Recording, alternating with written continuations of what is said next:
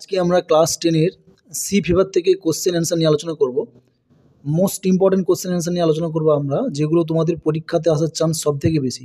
আশা করি এই কোশ্চেন অ্যান্সারগুলো করলে তোমরা পরীক্ষাতে কমন পেয়ে যাবে। তো এখানে first question, what do you understand by sea fever? তাহলে সি ফেভার বলতে কি বোঝো? তাহলে উত্তরটা কি লিখবো আমরা? The phrase sea fever implies, তাহলে সি ফেভার শব্দটি প্রকাশ করে কি? The strong desire to go to the sea voyage, সমুদ্রে ভ্রমণে যাওয়ার প্রবল ইচ্ছাকে প্রকাশ করে।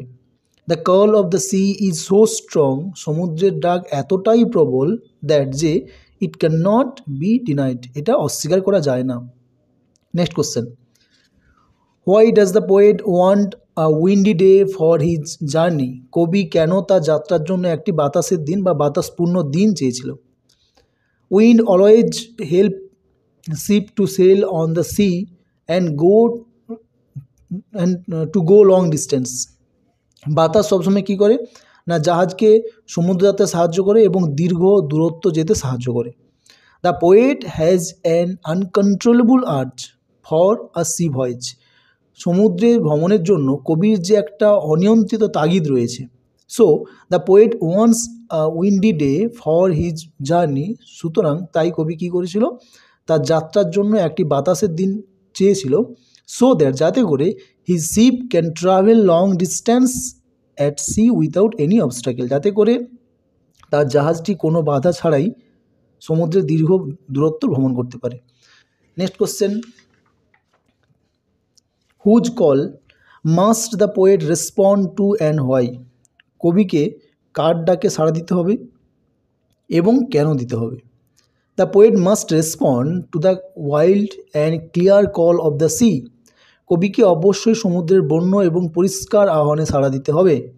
বিকজ, কারণ he feels an uncontrollable urge to make C voice time and again, কারণ তিনি বারবার সমুদ্র ভ্রমণ করার একটা যে তার অনিয়ন্ত্রিত তাগিদ অনুভব করেন। Next question, what kind off day does the poet prefer for his journey to the C? তাহলে কবি সমুদ্র ভ্রমণের জন্য কোন ধরনের দিনকে পছন্দ করেন? The poet prefers a Windy day for flying white clouds, তাহলে কবি তার সমুদ্রে যাত্রার জন্য সাদা মেঘের উড়ন্ত বাতাস, flung spray and blown spume for his journey to the sea. তো একটি উড়ন্ত বাতাস এবং স্প্রে এবং বাতাসের দিন পছন্দ করেন তিনি, কী করেন না, সমুদ্র যাত্রার জন্য। Next question, why does the speaker use the word lonely to describe the sea and the sky? সমুদ্র এবং আকাশকে বর্ণনা করতে কবি একাকী কথাটা ব্যবহার করেছেন, কেন ব্যবহার করেছেন? তাহলে উত্তরটা আমরা কী লিখব? The poet describes the sea and the sky as lonely, তাহলে কবি এখানে সমুদ্র এবং আকাশকে একাকী হিসেবে বর্ণনা করেছেন to emphasise their vastness and isolation. কেন বর্ণনা করেছেন না, তাদের বিশালতা এবং এই যে বিচ্ছিন্নতা ওপর জোর দেওয়ার জন্য। Highlighting the solitude they bring to him, তারা যে নির্জনতা নিয়ে আসে তা এখানে তুলে ধরেছেন। What does the poet seek from his fellow rover?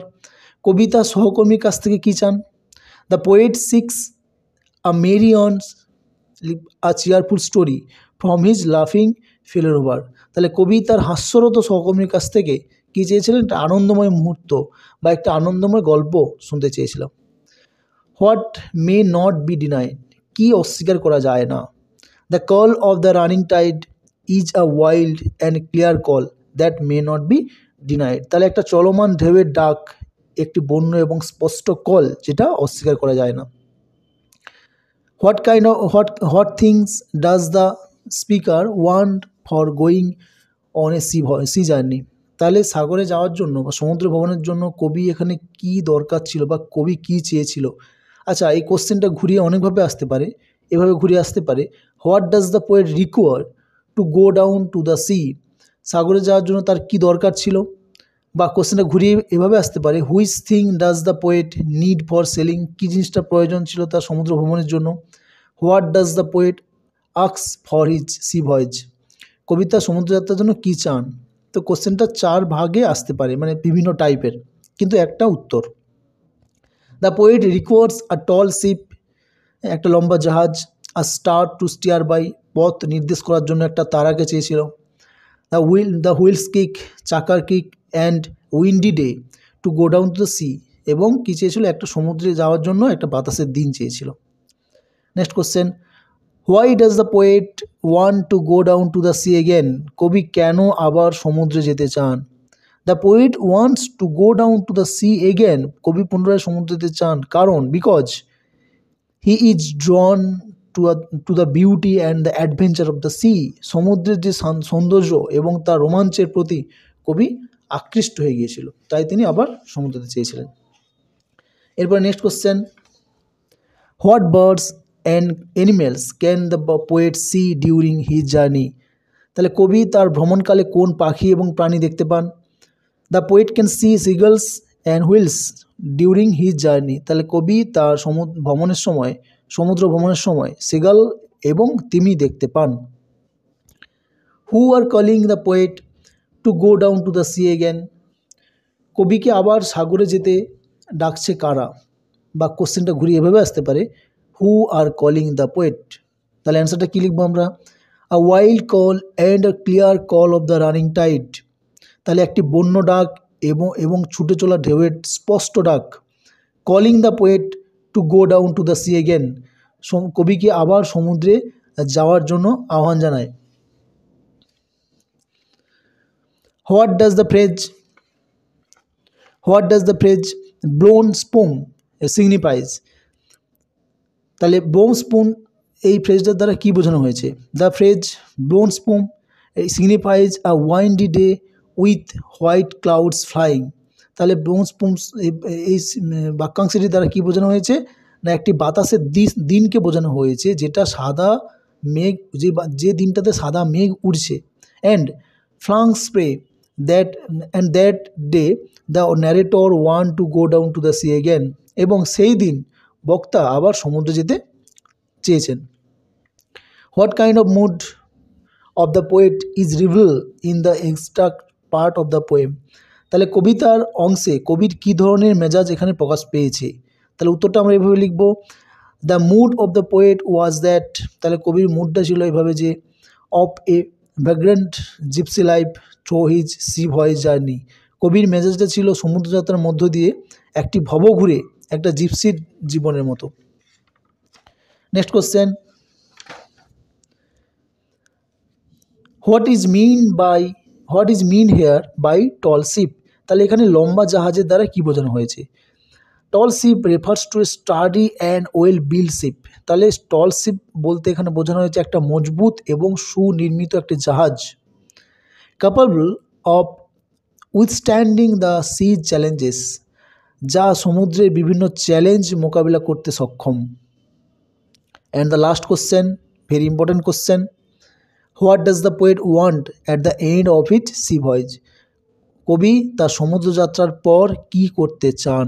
কোশ্চেনটা ঘুরিয়ে এভাবে আসতে পারে, what does the poet expect after the end of his sea voyage, কবি তার যাত্রা শেষে কী আশা করেছেন? What does the poet want to do after the long trip, তাহলে কবি তার এই দীর্ঘ যাত্রার পর কী চেয়েছে?